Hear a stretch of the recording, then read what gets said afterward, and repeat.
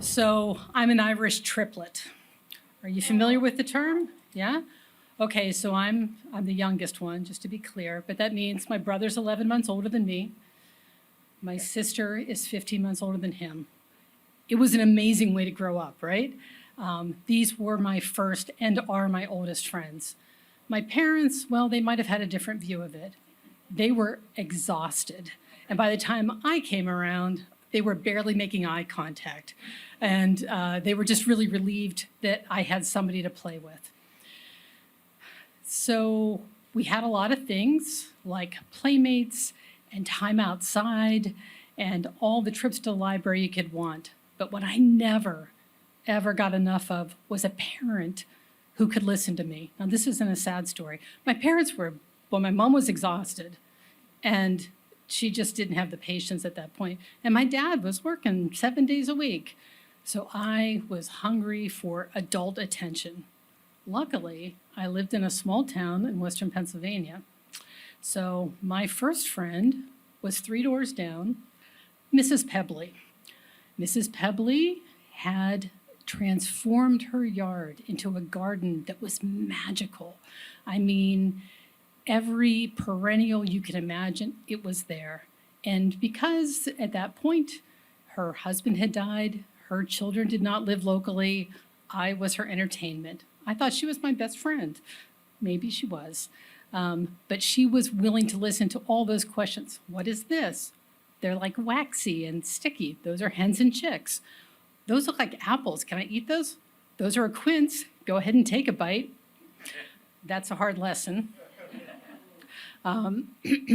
She went so far as to host a tea party that involved wearing my mom's skirt rolled up, my Easter hat, all of the pretty flowers, and fancy tea in the midst of her gardens. She was an amazing friend.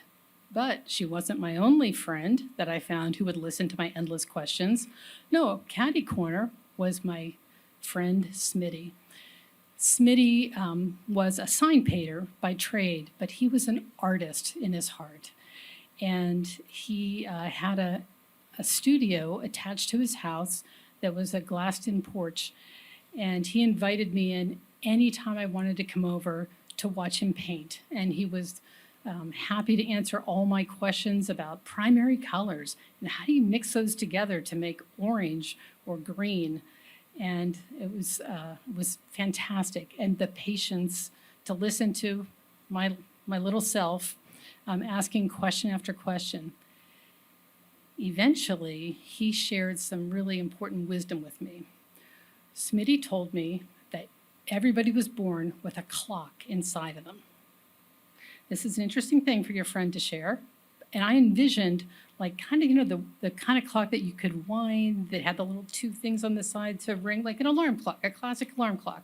So I thought that was right here in my belly because that's where he said it was, so I believed him. And he assured me that if I looked at the clock at night when I was in the kitchen and set my clock, I could tell my body when to wake up. Now, I believed him with the fervor of a 5-year-old. I'm like, if Smitty said it was true, it was true. So for the last 55 years or so, I have been setting my alarm clock that my friend Smitty taught me. That was, he was one of those friends that stuck with me my whole life. He died when I was only 11 years old, but he's still very much alive with me today. But more, maybe just as importantly, is my oldest friends, my brother and my sister, are still with me today. And today, I am waiting for the opportunity. This is the year the triplets turned 61, 62, 63. So I'm lined up to be somebody else's old friend.